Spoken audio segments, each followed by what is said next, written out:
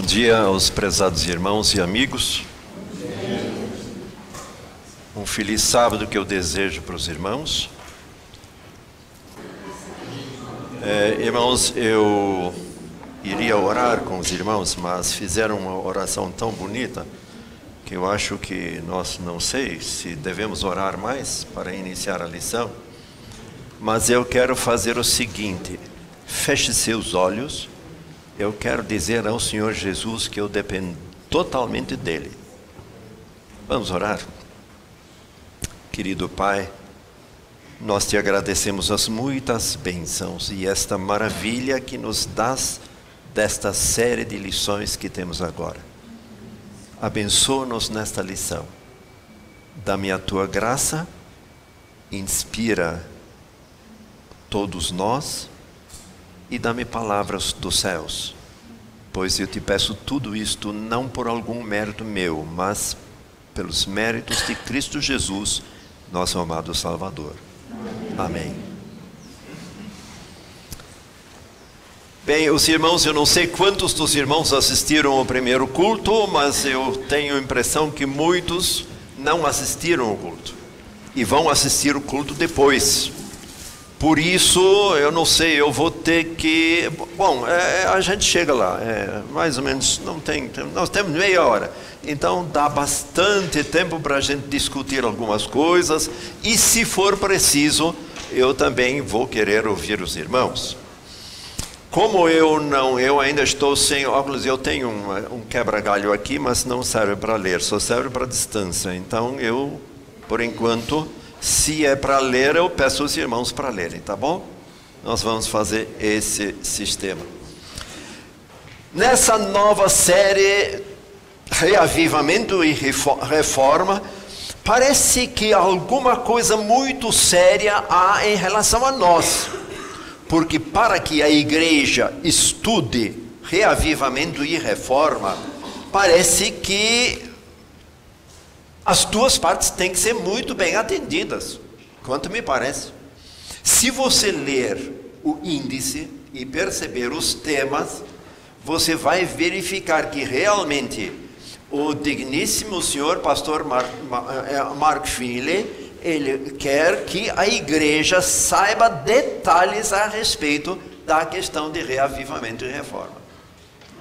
E como nós vimos nas lições passadas, a série de lições que tivemos a respeito dos profetas menores, percebemos que temos lá naquelas lições acontecimentos que são parecidos com os acontecimentos que a igreja tem hoje, que a igreja sofre hoje.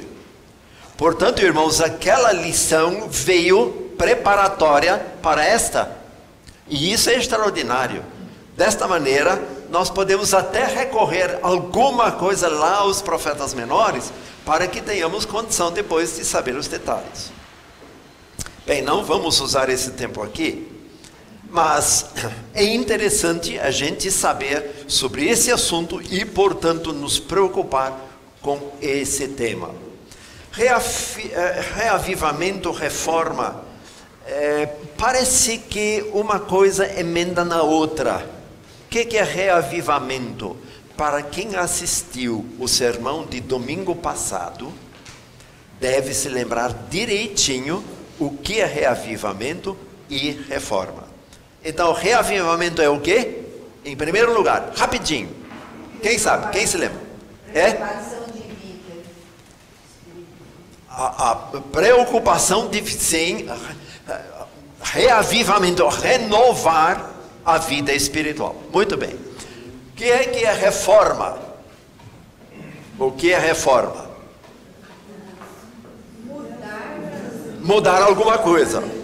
Bom, agora, se você tem que mudar alguma coisa, o que é que tem que vir antes? O reavivamento ou a reforma? Muito bem, olha aí, a classe aí merece 10, beleza. Portanto, o reavivamento terá que vir antes da reforma. Se você quer fazer uma reforma sem o reavivamento, você vai ter certas dificuldades. Porque antes você deveria ter começado com o reavivamento, para depois ir à questão da reforma, ou fazer as reformas necessárias. Assim é, em sentido de alimentação, em sentido de aparência exterior, em sentido de atividades, em sentido de espiritualidade, seja lá o que for, qualquer tipo de assunto. Se você quer levar esse assunto para a religião ou para a igreja, você terá que pensar no seguinte fato, de que o reavivamento precisa vir antes, para que depois você faça uma reforma duradoura. Se o reavivamento não vier antes, nós vamos fazer uma reforma defeituosa. Podemos, por capricho, até fazer algumas coisas assim. Algum tipo de reavivamento ou reforma. E aí você bate assim e diz, eu vou fazer. E você consegue fazer algumas coisas. Isso tudo é normal. O ser humano consegue algumas coisas. Mas, irmãos, para que essa reforma realmente nos leve ao reavivamento, é uma coisa muito complicada, muito difícil. Então, esse reavivamento, ou essa reforma sem o reavivamento, não vai durar muito tempo. Então, o que nós precisamos é primeiro o reavivamento, para então chegarmos às reformas necessárias. É a razão porque nunca deveríamos pregar ou dar um estudo bíblico sobre uma reforma antes de fazer o reavivamento com a pessoa, com as pessoas, com o grupo, com a igreja e assim por diante. Então, isso que é necessário. Muito bem. Se falamos sobre reavivamento e reforma, temos um texto extraordinário. Uma frasezinha. E ela está bem no meio da página introdutória desta lição, ou destas lições. E diz assim, é da senhora White. E diz assim, um reavivamento da verdadeira piedade entre nós, eis a maior e a mais urgente de todas as nossas necessidades. Então, por que esse reavivamento não foi feito antes? Se é mais importante, se é a maior necessidade, se é o maior problema de que isso seja feito para a igreja, por que isso não foi feito antes? Você pode responder? Há alguém que quer arriscar? Ninguém. Silêncio absoluto. Meu querido irmão Nelsinho, para não chamá-lo de Nelson, mas ele responde a Nelson, não tem nenhum problema. Fala, meu irmão. Só pode reavivar quando a pessoa se sentir que ela está num estado muito debilitado. Se a pessoa se sente que ela está bem, ela não precisa de reavivamento. Olha aí. A gente não reaviva um indivíduo que está bem. Olha aí. O indivíduo está lá caído, coração parado, tá? Vai lá com aquele desfibrilador, pá, dá aquele choque no indivíduo, sai fumaça, queima e o indivíduo levanta. O indivíduo bom, se você fizer aquilo, você mata o indivíduo, para o coração dele, ele morre. Então, o reavivamento, ele só é possível quando a igreja, quando o indivíduo, quando o indivíduo se sentir que ele está profundamente debilitado, ele precisa de reavivamento. E a igreja é uma porção de indivíduos. Mas o reavivamento vai acontecer no indivíduo. Muito bem. Então, desculpe, eu estava tentando provocá-lo. Mas é isso mesmo. E a reforma também, ela só vai acontecer quando o indivíduo sentir que ele precisa mudar. Para mudar, ele tem que destruir. A gente não reforma uma casa nova, bem feita. Agora, quando está lá meio podre, tudo, mete a talhadeira, arranca tudo, tem que arrancar, tutucar, quebrar, para depois fazer de novo. Fazer uma reforma em cima daquilo que está podre, não vai resolver o problema também, só vai piorar. Certo? Ele que está falando. Foi ele que falou. tá? Foi ele que falou, não fui eu que disse, ele que falou. Eu estou dizendo porque eu tive uma pessoa, entende? Então, quando a gente passa por um momento de tribulação, de sofrimento, a gente começa a fazer algumas avaliações efetivas da vida. Quando a vida caminha bem, você não precisa ter nada sobejando, mas caminha bem, tem saúde, trabalha, passeia, anda, os filhos estão bem, está tudo muito bom, não precisa de muita coisa, não. Muito bem, muito obrigado, é uma resposta muito boa, se bem que um pouquinho chocante, mas é excelente essa sua resposta. Muito obrigado por me ajudar assim na minha lição. Mas vejam uma coisa, irmãos, o que a senhora White diz que tem que ser reavivado? O que ela falou? Nosso coração. Coração? Ela não usa essa expressão aqui na frase. O que tem que ser reavivado? A piedade. A piedade. A piedade entre nós. Escuta, irmãos, o que é piedade? Piedade? Bom. A piedade que tem no caminho do Vale do Ribeiro. É esse mesmo. Tem lá e eu conheço. Já passei lá. Pastor, Fala. o desejo de santificar-se. Tudo bem, tá começando a esquentar. Isso, muito bem, o desejo de santificar-se. Bom, eu para saber o que é piedade, eu fui ao tio Aurélio e perguntei ao tio Aurélio e ele me respondeu o seguinte: tio Aurélio disse assim, que piedade é amor e respeito às coisas religiosas. Em outras palavras, religiosidade. A religiosidade, portanto, teria que ser avivada. Ela não pode continuar sendo aquilo que ela sempre é. O ser humano não pode, o membro da igreja não pode permanecer na zona de conforto. Ele tem que reavivar alguma coisa. E isso que ele tem que reavivar é a sua própria religiosidade. Como se mede religiosidade? Há alguma maneira de medir? Isso é mensurável?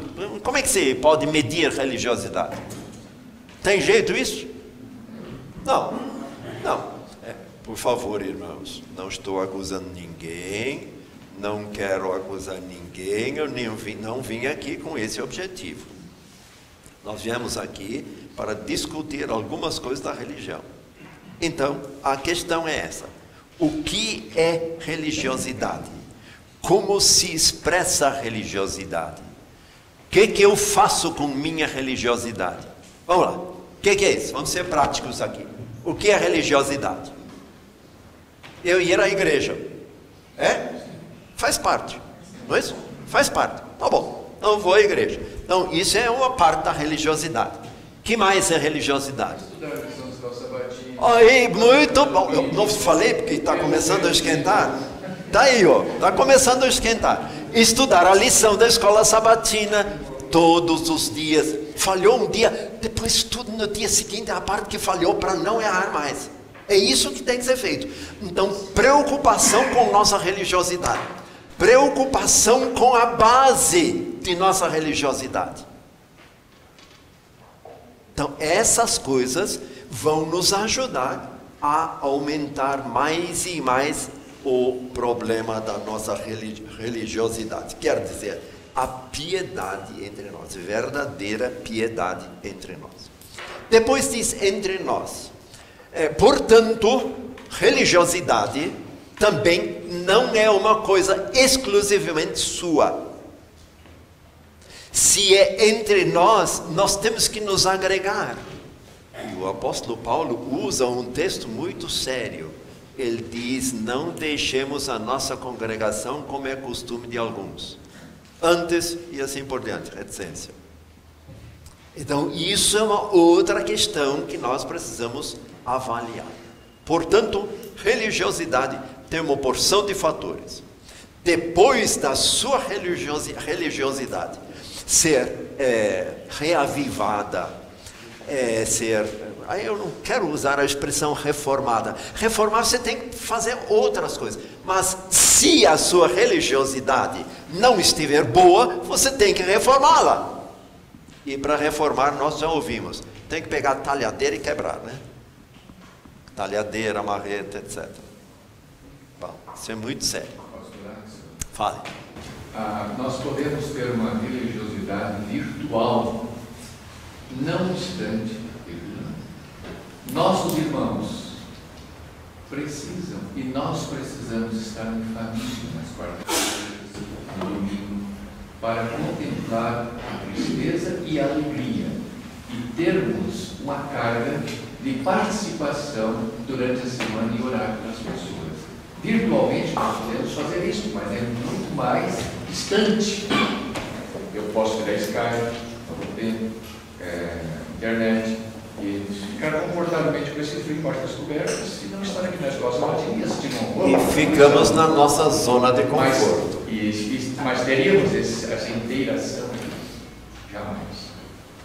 Exatamente, irmãos. Estão vendo como são as coisas? As coisas são meio complicadas realmente. Mas vamos voltar aqui. Vamos à nossa lição. Aqui estamos falando sobre Laodiceia agora. O que é Laodiceia, afinal de contas? Bem, é uma cidade no sudoeste da Turquia, ou seja, na Ásia Menor. Para quem conhece o mapa, é aquele negócio. Eu devia ter trazido um rabiscável aí, mas não tem problema. A Ásia Menor, tá? No sudoeste da Ásia Menor, da Turquia. É isso aí. Então, uma cidade que permanecia, estava ali, era uma cidade especial. Eu não sei se posso fazer umas comparações, mas uma cidade em situação atual, quem sabe Alphaville. Uma coisa assim, mais ou menos, eu estou imaginando.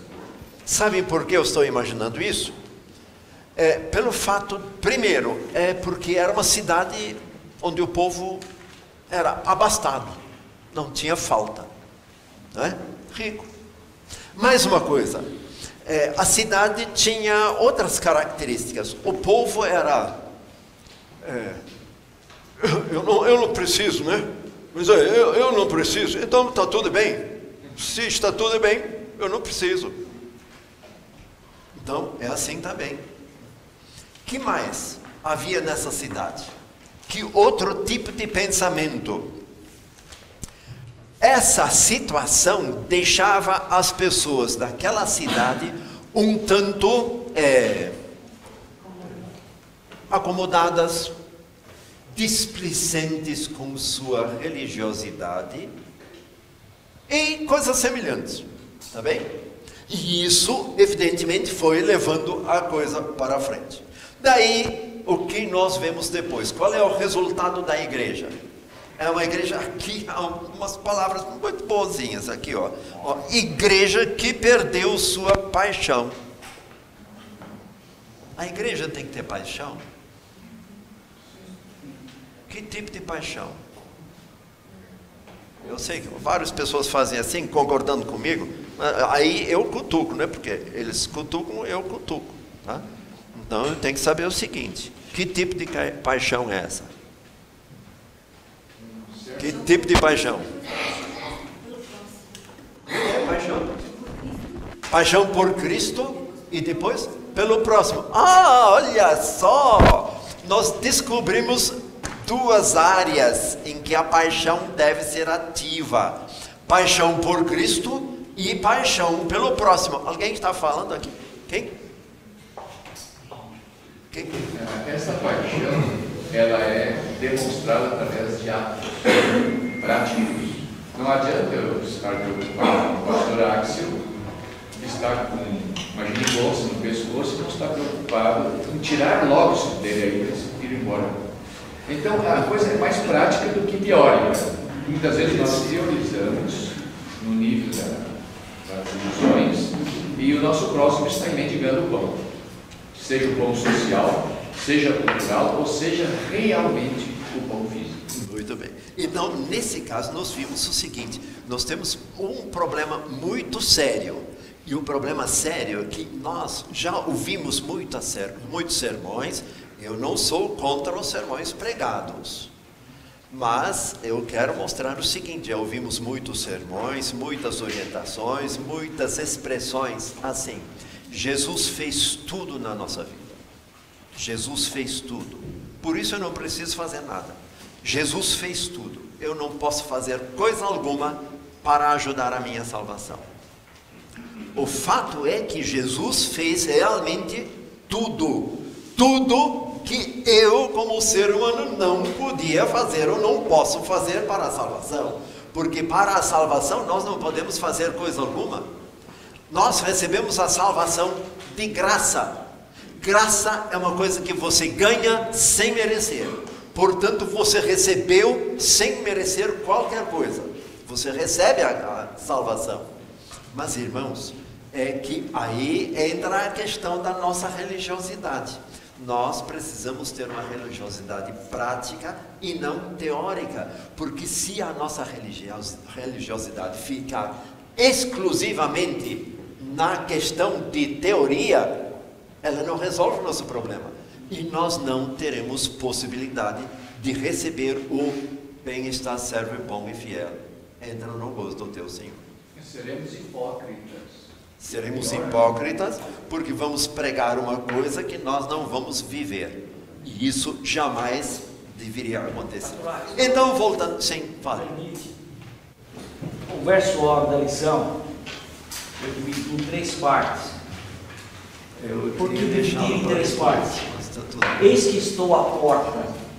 Então significa que eu dependo dependo totalmente de Deus. Então a dependência de Deus. Segundo, ouvir e abrir. É minha. A disposição de abrir. Minha disposição não dele. Terceiro, cearei com ele. É a participação de Deus com a gente. Aí sim, aí você terá todas as bênçãos, você vai receber todas as bênçãos possíveis e as impossíveis que nós não podemos nem imaginar. Muito bem. Agora, isso, vejam, irmãos, isso eu queria deixar o verso agora para adiante, lá no final. Mas tudo bem, isso é muito válido, portanto, não devemos esquecer de forma alguma. Então, vamos a Laodiceia mais uma vez. Há esperança para Laodiceia, já que Laodiceia era uma cidade assim, displicente, o povo vivia, tenho tudo, não preciso de coisa alguma, posso fazer tudo que há necessidade de ser feita, não havia coisa assim específica. Mas o que nós vamos pensar a respeito de Laodiceia? Laodiceia, portanto, é uma igreja, a última igreja das 7 igrejas do livro do Apocalipse, e aí está Laodiceia. Já que Laodiceia era desse jeito, a solução para Laodiceia? Sim. Qual é a solução para Laodiceia? O que é que Laodiceia estava realmente precisando? Reavivamento e reforma. É isso aí. Então, Laodiceia estava precisando de reavivamento e reforma. Depois do reavivamento, faria as reformas necessárias. Perfeitamente. É isso aí. Muito bem. Nesse caso, nós vamos verificar aqui o seguinte. Em relação a Laodiceia, nós temos mais alguma coisa. E nessa parte de esperança para Laodiceia, Jesus recebe 3 títulos especiais. Quais são os 3 títulos especiais que ele está recebendo aqui? Ele é o Amém. É a testemunha fiel e? Sim? E o princípio da criação. Muito bem. Quais são essas 3 partes, irmãos? Por que razão Jesus recebe esses 3 títulos na ocasião de Laodiceia, lá no templo de Laodiceia, ou para Laodiceia? Primeiro, porque o Amém é o quê? O que diz o Amém? O que significa o Amém? Assim esteja. Pronto. Então, Amém, eu aceito aquilo que foi dito. Correto? É ou não é? Sim. Muito bem. Eu tenho compromisso porque eu aceito o Amém.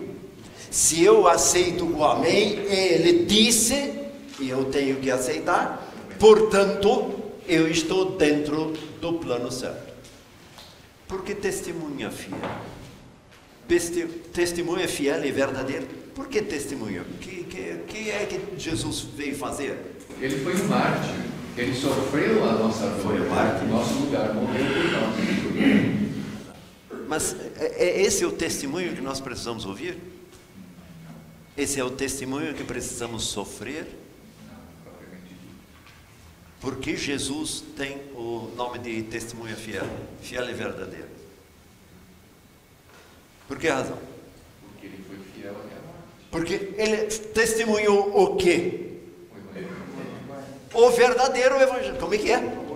O amor do Pai, o verdadeiro evangelho. Exatamente, ele estava testemunhando o amor do Pai. Muito bem. Se Jesus estava testemunhando o amor do Pai, ele é para nós alguma coisa muitíssimo importante. E por que razão? Por que razão ele recebe o terceiro nome? Ele é o princípio da criação de Deus.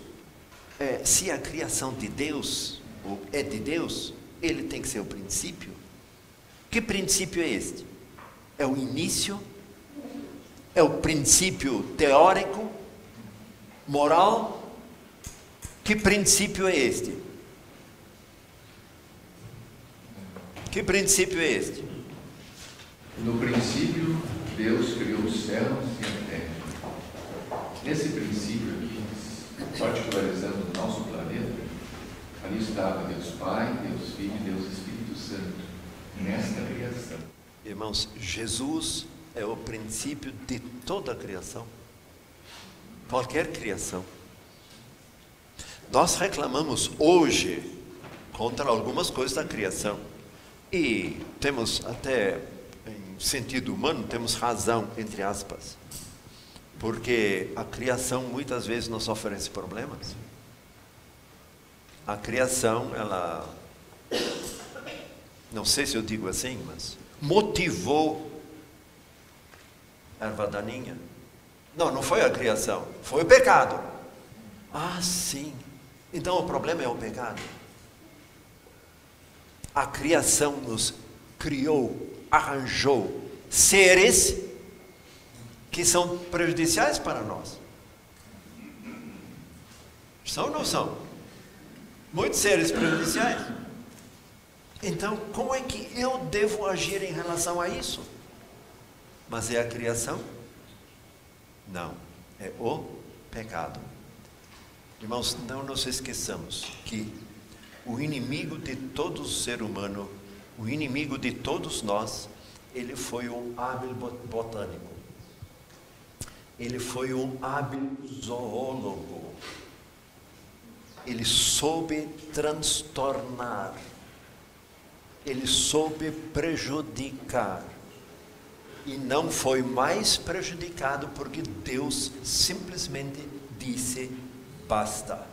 E mandou o dilúvio e destruiu, a não ser aquilo que pudesse ser útil ao ser humano e à convivência. Nós temos hoje ainda resultados da maldição que veio sobre o pecado, veio sobre a terra, portanto a maldição sobre a terra. Nós temos hoje ainda o resultado disso. E vamos conviver com isso até o final, até a volta de Cristo.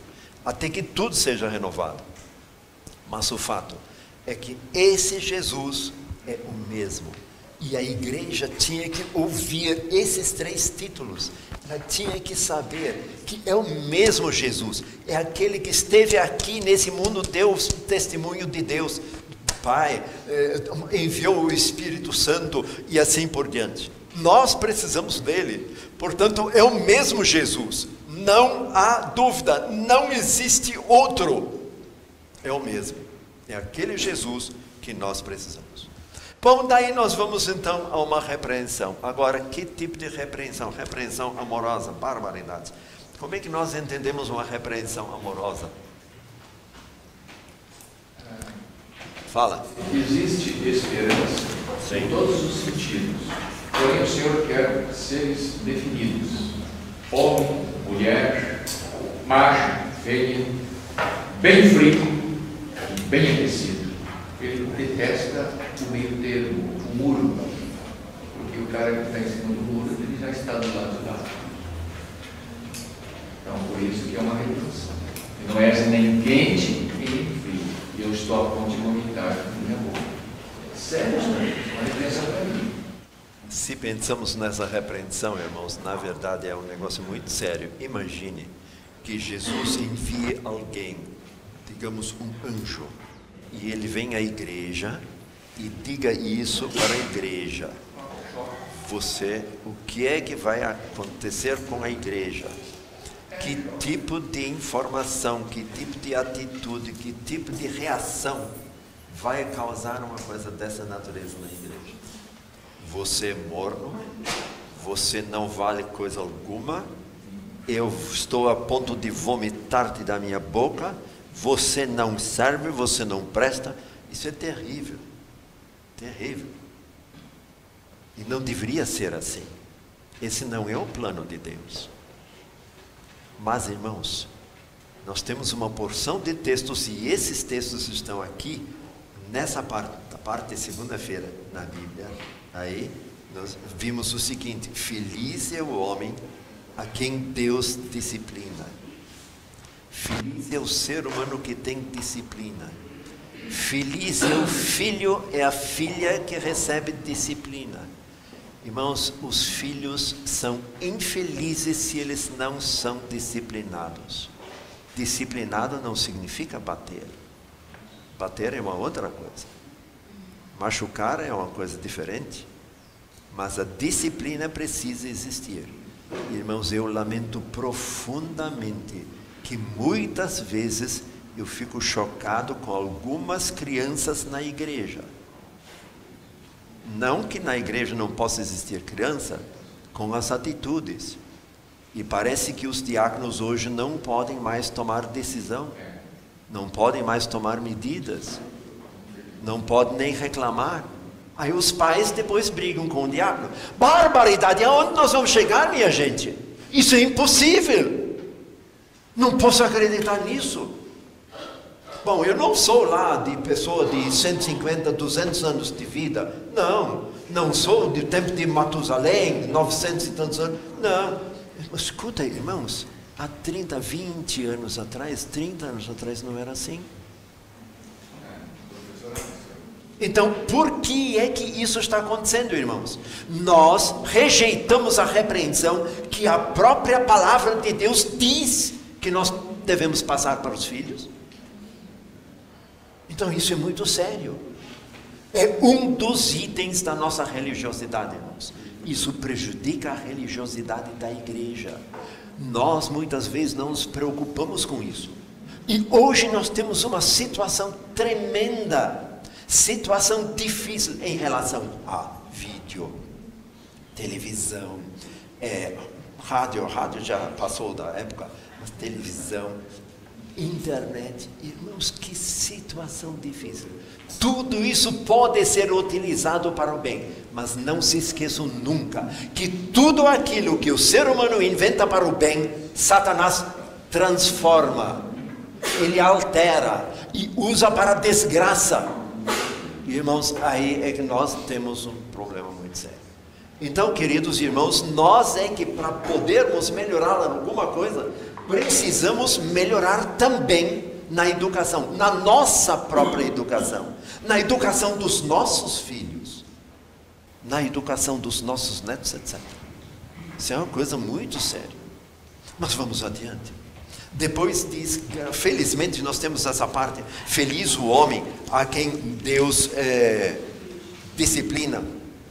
Há mais uma coisa, uma frase importante, um outro texto. Deus nos corrige e porque nos ama, é claro. Mas Deus nos corrige a fim de sermos participantes de sua santidade. Queridos irmãos, eu fiquei assustado quando li esse texto. Eu já li esse texto N vezes e não percebi o que eu li dessa vez. Ele nos disciplina para que nós possamos ser participantes da sua santidade. Santidade de Deus, não é de uma santidade qualquer. Então isso é tremendamente sério. A igreja tem que pensar nisso. Vamos adiante. Daí nós temos agora percepção e realidade. Vamos à questão, e aqui temos uma história muito interessante. A história das 10 virgens. Irmãos, a parábola das 10 virgens é uma das mais fantásticas parábolas. Porque ela mostra o lado bom e o lado não tão bom assim. Por que eu digo não tão bom assim? Sabem por quê? Irmãos, o que aconteceu com as virgens chamadas nécias? Qual foi o problema das virgens nécias? Qual foi? Falaram demais. Não tinha reserva. O que mais? Não estavam preparados. O que mais? Negligência. Muito bem. Tudo isso você pode misturar. Você enfia no copo do liquidificador, liga ele, mistura isso aí, fica perfeitinho. Então, o que aconteceu com as nécias? Irmãos, as virgens nécias, elas eram tão bons membros da igreja como todas as outras. Elas tinham as suas lâmpadas. O que representa a luz? A palavra de Deus, sim. Mas no caso das virgens, o Espírito Santo, a presença do Espírito Santo. Irmãos, o que faltou? O azeite para dar a chama, a luz. Este azeite não estava aí. Elas não tinham previsão para o futuro. Elas não estavam preparadas. Elas acharam que alguma coisa tinha que acontecer. Sabiam que algo ia acontecer. Elas sabiam que elas iam entrar para a festa. Sabiam, tinham certeza absoluta. Nós vamos às bodas do Cordeiro. Tinham toda a certeza. Só que quando chegaram, a porta estava fechada. E por que a porta estava fechada? Simplesmente porque quando elas deviam ter entrado, elas tiveram que ir procurar. Eu gostei da resposta das virgens prudentes. O que elas disseram? Nós não podemos dar isso para vocês, porque senão vai faltar para nós e para vocês também. Então você é que tem que procurar isso. Você tem que procurar fazer previsão. Desculpe, irmãos, eu vou contar uma parábola rapidinha dos dias atuais, tá? Eu vou apresentar isso nos dias atuais. E nos dias atuais eu comparo isso com pessoas que não estavam prontas para certas coisas. Por exemplo, você vai fazer uma viagem. Digamos que você quer conhecer a Transamazônica. E você viaja, prepara o teu carro e tudo bem, faz revisão, está tudo certinho, ótimo. Com o que você tem que se preocupar quando vai entrar na Transamazônica? Combustível. Porque você não terá combustível lá, 20, 30, 50, cada 50 quilômetros você tem posto. Não é assim. Combustível. Isso é exatamente o necessário. Irmãos, isto é uma ilustração certinha para esse caso aqui. Certinho. Você vai fazer uma viagem, vai com a família, vai feliz da vida, ou fazer qualquer outra coisa. Mas você não fez previsão de combustível e você não sabe o que vai acontecer lá na frente. Então esse é o grande problema. É um quadro direitinho das virgens nécias. E daí, irmãos, está na hora, olha aí, nós precisamos terminar. Lâmpadas, sim, está aí, sem azeite, não perceberam a sua situação real. Não foi isso? Foi. Você falou. Não falou isso? Mais ou menos assim? Não perceberam a sua situação real. Irmãos, esse é o grande problema. Não estão prontas para a ocasião.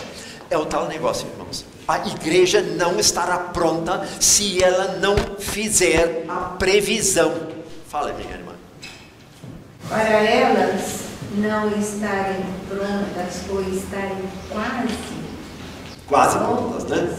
Quase. Significou a perdição. Perdição total. Não existe meia salvação.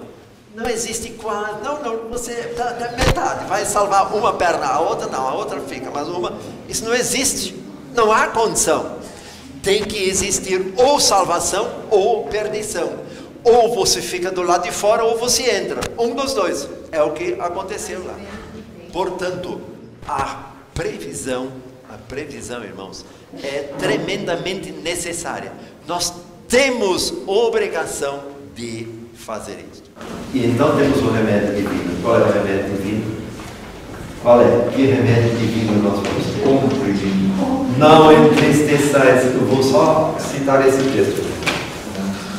Efésios 4:30. Não entristeçais o Espírito de Deus, no qual estáis selados para o dia da redenção. Irmãos, esse é um dos textos mais importantes na Bíblia. Nós muitas vezes brincamos com o Espírito Santo, nós não prestamos atenção. O Espírito Santo nos avisa em diversas ocasiões da vida, na vida diária. Nós tomamos atitudes aqui e atitudes ali, e muitas vezes as nossas atitudes não estão de acordo com o plano de Deus. Então eu tenho que conhecer o plano de Deus, eu tenho que saber os detalhes. Eu necessito saber detalhes, irmãos. Sem isso não há condição. E então aí nós temos outro exemplo fantástico, o mais extraordinário exemplo do Antigo Testamento sobre justificação pela fé. Qual foi o mais extraordinário exemplo do Antigo Testamento sobre justificação pela fé? Qual foi? O que é que nós aprendemos daí nas lições passadas? Não foi Abraão. Não foi Abraão. Abraão foi um grande exemplo, mas não foi Abraão. Qual foi? Josué, o sumo sacerdote Josué. O que é dito, irmãos?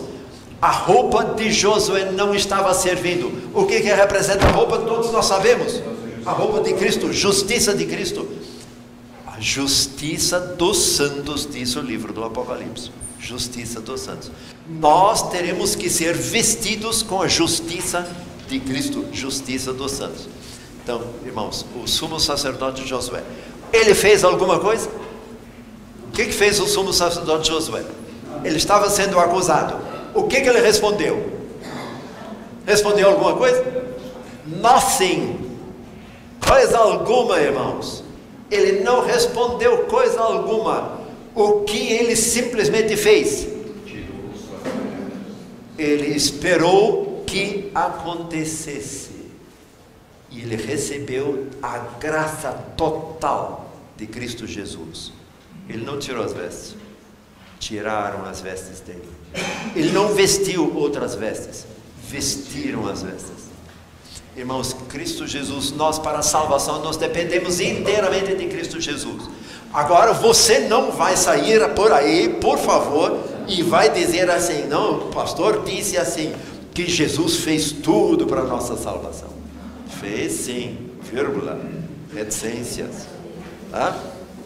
Então, em princípio, Jesus fez tudo. Então, queridos irmãos, é muito necessário que a gente saiba. Eu quero deixar vocês irem ao culto já, mas eu queria ler todos os textos, mas não dá não. Mas nós temos alguns textos a ler. Por favor, abra Apocalipse capítulo 3. Eu queria ler também os do capítulo 2. Mas pegue Apocalipse capítulo 3. E eu gostaria que alguém, como eu tenho certa dificuldade de ler, os irmãos já perceberam, eu gostaria que vocês me ajudassem aqui. Capítulo 3, o primeiro que achar, leia o verso 5. Depois o verso 12. Leia o verso 5, por favor. O que vencer será vestido de vestes brancas, de maneira nenhuma arriscarei o seu nome do livro da vida, e confessarei o seu nome diante de meu Pai e diante dos seus anjos. Muito bem. Quem vai ler o verso 12? Rapidinho. Ao vencedor faloei coluna no santuário do meu Deus, e daí jamais sairá. Gravarei também sobre ele o nome do meu Deus, o nome da cidade do meu Deus, a nova Jerusalém que desce do céu, vindo da parte do meu Deus, e do meu novo nome. Olha só que fantástico. E quem vai ler o verso 21 para nós? Bem depressa. Ao vencedor darei o direito de sentar-se comigo em meu trono, assim como eu também venci e sentei-me com meu Pai em seu trono. Ao vencedor. Irmãos, Você pode olhar, inclusive o capítulo 2. O capítulo 2 tem mais 1, 2, 3, 4 mensagens dessa natureza. O capítulo 2. Leia isso, verifique. E você vai verificar que cada uma das igrejas de Jesus recebeu uma informação sobre os vencedores. O vencedor vai ganhar. O vencedor receberá isso. O vencedor será aquilo. O vencedor vai estar em tal lugar. Leiam isso, irmãos. Lembrem-se disto, por favor. Isso é a mensagem para Laodiceia. Sem essa mensagem, queridos irmãos, Laodiceia está perdida. Por favor, nós precisamos nos lembrar. Então, vamos fazer o que Ele nos manda para que nós possamos estar prontinhos para aquele grande e maravilhoso dia da salvação em Cristo Jesus. Amém. Querido e bondoso Deus, nós te damos muitas graças pelas bênçãos. Amém. Nós te agradecemos por essa tão importante lição para nós. Dá-nos a tua graça para que possamos aplicar em nossa vida tudo aquilo que aprendemos aqui. Dirija e abençoe a tua igreja, para que ela possa fazer um reavivamento extraordinário.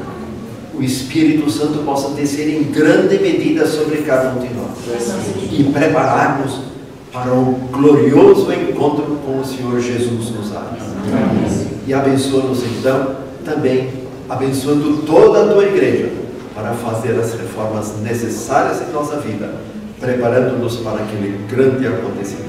Amém. Pois em nome de Cristo Jesus, nosso Salvador, nós te agradecemos e pedimos essas bênçãos.